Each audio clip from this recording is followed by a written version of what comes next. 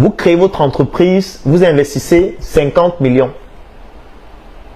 Dans votre entreprise, vous avez certaines informations. Vous savez très bien fabriquer votre produit, vous maîtrisez le marketing, vous maîtrisez les stratégies à utiliser. Vous décidez donc de lancer votre entreprise. Vous ne pouvez pas développer l'entreprise seul. Vous recrutez une assistante de direction, vous recrutez un comptable, vous recrutez un responsable marketing, vous avez des commerciaux sur le terrain, vous avez un responsable financier, juridique. Du moins, vous avez votre équipe. Régulièrement, vous faites des staffs avec votre équipe parce que vous devez former votre équipe. Il y a certaines informations que vous êtes obligé de donner à votre équipe pour que votre équipe puisse bien faire le job. Ce qui fait que votre assistante a certaines informations sensibles sur vous. Votre comptable a certaines informations sensibles sur votre entreprise. Votre responsable financier ou juridique a certaines informations sensibles sur vous. Maintenant, le sexpionnage consiste à faire quoi?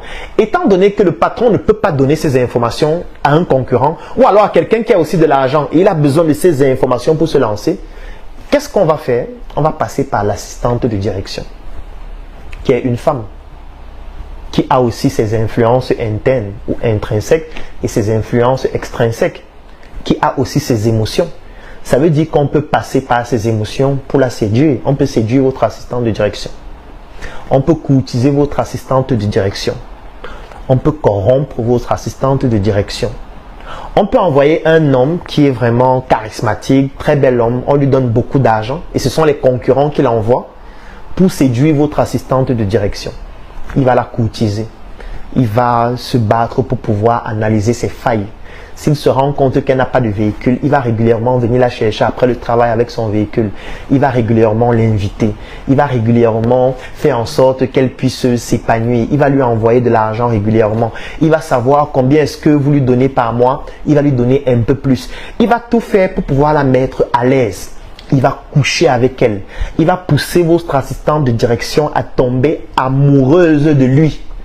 Et dès qu'elle va tomber amoureuse de lui, la partie rationnelle de son cerveau va se désactiver à plus de 90% en fonction de la profondeur de l'amour qu'elle aura vis-à-vis de cette personne.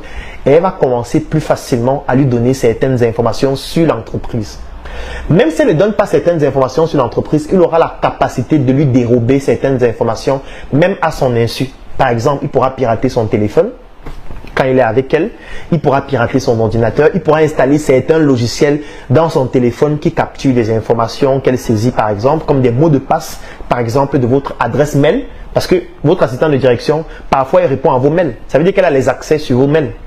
Donc, lui peut dérober les informations sur vos mails et accéder à votre adresse email et voir les mails que les clients vous envoient, et voir les mails que vos partenaires vous envoient, et voir les mails que vous envoyez. Donc, avoir plus d'informations sur l'entreprise et utiliser ça soit contre vous, mais la plupart des fois, c'est contre vous. Ça, c'est un exemple de technique de sexpionnage. Ça veut dire qu'on va passer par votre assistante de direction, on va la courtiser, on va coucher avec elle, on va pousser à ce qu'elle tombe amoureuse d'une personne. Et cette personne va utiliser cet amour-là pour pouvoir obtenir des informations, soit sur vous, soit sur l'entreprise. Si vous avez une comptable qui est une femme, on peut la courtiser. On peut faire la même chose avec la comptable pour avoir les informations financières sur l'entreprise. Est-ce que vous savez que le simple fait d'avoir une information sur le budget marketing d'une entreprise, ça peut faire toute la différence? Parce que parfois, vous voyez un concurrent, vous voyez comment il est performant sur le marché, mais il y a une information que vous n'avez pas. Vous ne savez pas quel est son budget en marketing. Parce que parfois, il a un budget en marketing 10 fois supérieur à vous. Donc, vous vous dites que lui, il réussit mieux parce que il a un meilleur produit, il a un meilleur service et tout, mais c'est juste parce qu'il a investi 10 fois plus en marketing, il a investi en lobbying, c'est pour ça que lui, il réussit mieux que vous. Donc, le simple fait d'avoir cette information peut vous permettre d'être plus compétitif. Mais comme il ne peut pas vous donner cette information, qu'est-ce que vous pouvez faire? Vous pouvez obtenir cette information de son comptable. Si son comptable, c'est une femme, on peut courtiser son comptable. On peut faire en sorte que son comptable tombe amoureuse d'un monsieur qui réussit à dérober certains rapports financiers de l'entreprise. Et c'est vice-versa. Hein. Le sexpionnage, c'est les deux sexes. Ça veut dire quoi? Ça veut dire que si par exemple le comptable c'est un homme, on peut envoyer une femme le courtiser. Parce qu'on va l'analyser. On va analyser ses déplacements. On va analyser les endroits où il se rend le plus souvent. On va voir si c'est quelqu'un qui le week-end va parfois s'amuser, va parfois danser. Quand on va le suivre par exemple en boîte de nuit, on va voir le genre de fille qui l'intéresse. Dès qu'on aura identifié le style de fille qui l'intéresse, on va envoyer ce style de fille là par exemple comme cliente de l'entreprise. Elle va venir dans l'entreprise régulièrement. Elle va bien se préparer, elle sera toujours très bien habillée, avec un très bon parfum. En fait, cette femme sera financée par des concurrents ou par quelqu'un qui a besoin d'avoir ces informations. Cette femme va venir, elle va l'allumer, comme le jargon le dit souvent. Cette femme va le pousser à la courtiser. Il va courtiser cette femme, elle va faire comme si elle n'est pas intéressée au début, mais elle va quand même donner un certain signe d'intérêt de temps en temps. Après, elle va parfois organiser des choses avec lui, ils vont sortir en boîte de nuit, ils vont coucher ensemble. Elle va pousser le monsieur à tomber amoureux d'elle. Et dès que le monsieur va tomber amoureux d'elle, ça veut dire qu'elle contrôle déjà ses émotions. Et quand elle contrôle ses émotions, elle peut le pousser à prendre certaines décisions. Si elle n'arrive pas à le pousser à prendre ces décisions, elle va passer de manière furtive pour obtenir certaines informations, par exemple de son ordinateur, par exemple de son téléphone, et télécharger peut-être un rapport financier ou accéder par exemple à son mail pour voir les documents qu'il envoie généralement à son patron. Et ça va lui permettre d'analyser ses rapports financiers et de voir des lignes budgétaires par exemple sur le marketing, les dépenses effectuées en marketing, les dépenses effectuées en lobbying. Et quand elle va obtenir ces informations-là, elle pourra donc fournir ces informations à la personne qui l'a payé pour faire ce travail. Et quand cette personne aura cette information, cette personne peut être un de vos concurrents. Cette personne peut être un de vos employés. Un de vos employés peut vouloir obtenir ces informations pour créer une entreprise similaire à la vôtre et vous concurrencer dans 2 mois ou dans 6 mois ou dans 1 an. C'est ça qu'on appelle le sexpionnage. Parfois, on ne va même pas passer par votre assistante, on ne va pas passer par la comptable, on va passer par vous-même le patron. Si on se rend compte que vous aimez les femmes, si on se rend compte que vous êtes intéressé par les femmes d'un certain standing, qui ont les poitrines d'une certaine manière, qui ont les fesses d'une certaine façon, on va étudier le profil de femmes que vous aimez. On va identifier ces femmes-là, on va les payer, elles vont venir en mission. Elles vont parfois se présenter comme des clientes qui veulent faire des marchés de grande envergure. Elles vont venir parfois acheter beaucoup de produits pour se démarquer. On va se rendre compte que, mais voilà, une dame, elle achète beaucoup de produits. Hein. Et puis un jour, elle demande à rencontrer le patron. On va se dire, bon, elle a quand même fait un chiffre d'affaires de 5 millions le mois dernier, mais les 5 millions là, on lui a donné cet argent de venir acheter. Maintenant, le patron, elle rencontre le patron, elle séduit le patron. Elle se bat pour que le patron s'intéresse sexuellement à elle. Elle va coucher avec le patron 1 fois, 5 fois, 10 fois.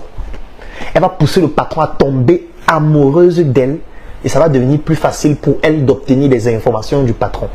Ça va devenir facile pour elle de pirater la machine du patron pour obtenir certaines informations, de pirater le téléphone du patron pour obtenir certaines informations. Elle peut pousser le patron à travers ses émotions manipulées à faire en sorte qu'elle intègre même l'entreprise à un poste de responsabilité où maintenant elle aura la latitude d'avoir facilement ces informations qu'elle va utiliser contre l'entreprise sans que l'entreprise ne s'en rende compte parce que le patron sera omnibulé par le fait qu'il aime cette fille, couche avec elle tout le temps. Elle ne peut pas faire ça. Comment tu peux dire qu'elle peut faire ça? Elle ne peut pas faire ça. Parfois, ça peut aller plus loin. Ça veut dire que parfois, elle va aller plus loin jusqu'à se marier avec le patron. Dans l'objectif de toujours avoir un seuil d'intimité très élevé qui lui permet de dérober des informations et cette fois, comme ils sont mariés, de dérober même une partie de sa fortune et pourquoi pas de le rendre pauvre dans 5 à 10 ans au profit d'une autre personne. Et même le tuer, pourquoi pas? C'est possible. Elle peut entrer dans votre intimité pour vous éliminer physiquement. Si elle se rend compte que ça ne marche pas, elle peut vous tuer. Parce que vous vous imaginez, si vous sortez déjà avec une fille, vous couchez avec une fille, vous tombez amoureuse d'une fille, elle vous invite un jour, elle peut préparer pour vous donner à manger, non, elle vous empoisonne, vous mourrez. Mais la plupart des fois, ça c'est vraiment dans des cas extrêmes. Parce que la plupart des fois, le but n'est pas de te tuer, le but c'est d'obtenir des informations dans le but d'alimenter un réseau de sexpionnage en entreprise. Le sexpionnage en entreprise, c'est violent.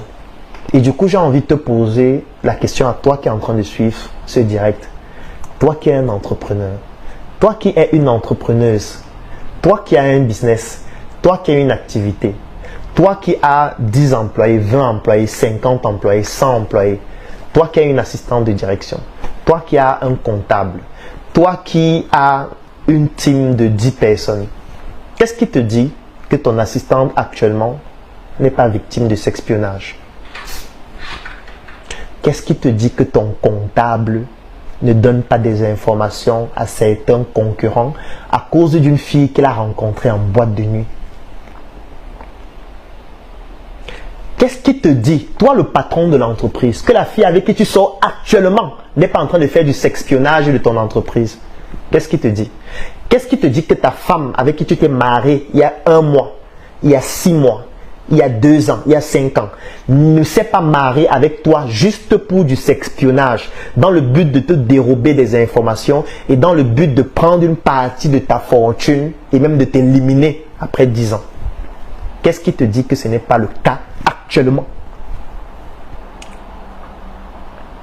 Toi, la femme qui est en train de m'écouter, qu'est-ce qui te dit que l'homme avec qui tu es n'est pas avec toi juste par sexpionnage pour obtenir des informations en passant par le sexe? Qu'est-ce qui te dit que quand il part en salle de sport là, il essaye d'avoir les abdos, d'être un gars fort, fesse, qui est puissant là? Qu'est-ce qui te dit que le but ce n'est pas de t'ensevelir sexuellement quand il couche avec toi, parce qu'il sait que quand il couche avec toi, il y a des hormones qui bouleversent ton cerveau, tu ne te contrôles plus, et quand tu ne te contrôles plus, tu poses des actions que tu ne contrôles pas aussi. Tu as des décisions que tu prends parfois que tu ne contrôles pas et que tu regrettes même après, et que ces informations sont en train d'être utilisées contre toi. Parce que toi qui es une femme, tu peux être une femme à la tête d'une entreprise qui vaut 10 milliards. Qu'est-ce qui te dit que l'homme avec qui tu es actuellement n'est pas en train de pratiquer du sexpionnage? Qu'est-ce qui te dit ça? Est-ce que tu as mis en place une stratégie de contre-sexpionnage dans ton entreprise? Parce qu'il y a le contre-sexpionnage, il y a des stratégies pour contrer le sexpionnage. Que ce soit sur le plan individuel ou sur le plan institutionnel. Est-ce que tu as mis en place des stratégies pour contrer le sexpionnage, pour empêcher que la personne avec qui tu couches chaque jour là ne devienne pas un poison pour toi dans 1 mois, dans 6 mois, dans 5 ans, dans 10 ans? Qu'est-ce qui te dit qu'il n'y a pas une organisation qui est mise en place pour envoyer des filles vers toi, pour envoyer des hommes te courtiser dans le but d'obtenir des informations de toi qui seront ultérieurement utilisées contre toi?